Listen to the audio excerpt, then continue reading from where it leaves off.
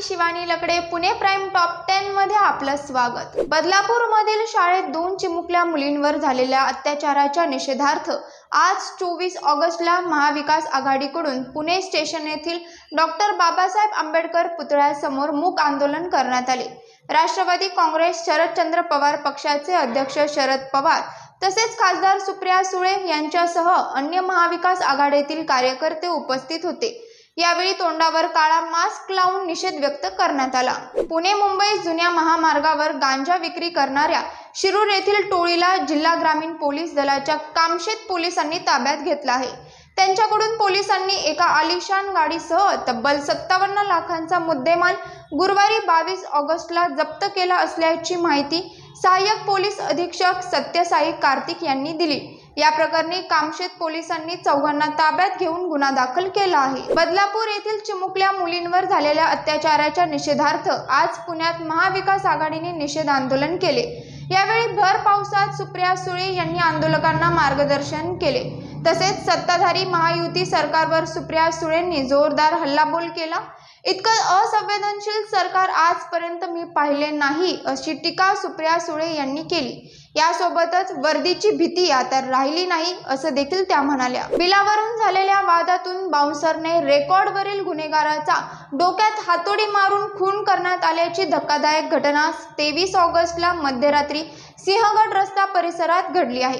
गोट्या उर्फ अमोल शेजवाळ असे खून झालेल्या गुन्हेगाराचे नाव आहे। या प्रकरणी सिंहगड रोड पोलिसांनी बाउन्सरसह तिघांना ताब्यात घेतले आहे। बदलापूर मधील शाळेत 2 चिमुकल्या मुलींवर झालेल्या अत्याचाराच्या निषेधार्थ आज महाविकास आघाडीकडून राज्यभरात आंदोलन करण्यात येत आहे। याच पार्श्वभूमीवर बारामतीमध्ये देखील आज महाविकास आघाडीने भिगवण चौक येथे मूक आंदोलन केले। तोंडावर काळा मास्क लावून आणि हाताला काळ्या फिती बांधत निषेध आंदोलन करण्यात आले। कोथरूड परिसरातील शास्त्रीनगर मधील एका कपड्याच्या दुकानातील कामगारास बोलण्यात गुंतवून 4 महिलांनी कपड्यांची चोरी केली आहे। शुक्रवारी 23 ऑगस्टला दुपारी 4 वाजण्याच्या सुमारास ही घटना घडली। शॉपमध्ये 4 महिला आल्या व त्यांनी मुलाला कपडे पाहिजेत असे सांगून कामगारास बोलण्यात गुंतवून ठेवले। त्यानंतर दुसऱ्या महिलांनी 15 ते 20 जीन्स चोरी केल्या। पावसाने पुणे शहरात विश्रांतीनंतर पुन्हा एकदा पावसाला सुरुवात झाली आहे। आज सकाळपासूनच पुण्यात पावसाने हजेरी लावली आहे। त्यामुळे आज सकाळी 11 वाजता खडकवासला धरणाच्या सांडव्यावरून मुठा नदी पात्रामध्ये 2140 क्युसेकने विसर्ग सुरू करण्यात आला।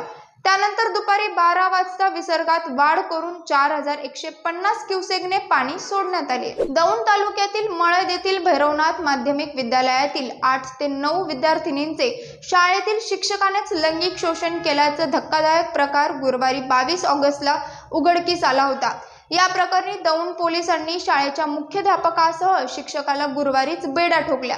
दोन्ही आरोपींना न्यायालयात हजर केले असता न्यायालयाने दोन्ही आरोपींना 7 दिवसांची पोलीस कोठडी सुनावली आहे।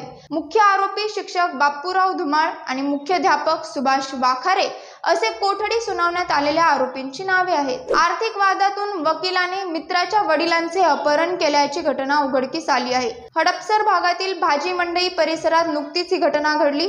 या प्रकरणी एका वकिलाविरुद्ध हडपसर पोलीस ठाण्यात गुन्हा दाखल करण्यात आला असून त्याला अटक करण्यात आली आहे। नितीन मस्के असे अटक करण्यात आलेल्याचे नाव आहे। त्याच्याबरोबर असलेल्या 4 ते 5 साथीदारांविरुद्ध गुन्हा दाखल करण्यात आला आहे। मुख्यमंत्री माझी लाडकी बहीण योजनेअंतर्गत हस्तांतरित केलेली रक्कम कोणत्याही थकीत कर्जाच्या बदल्यात समायोजित करण्यात येऊ नये। तसेच लाभार्थी महिलांकडून थकीत कर्जाची परतफेड न झाल्यामुळे बंद असलेले बँक खाती तत्काळ सुरू करण्याची सूचना पिंपरी चिंचवड महापालिकेचे अतिरिक्त आयुक्त विजयकुमार खोराटे यांनी शहरातील बँकेच्या अधिकाऱ्यांना दिली आहे। पाहत रहा पुणे प्राइम न्यूज। धन्यवाद।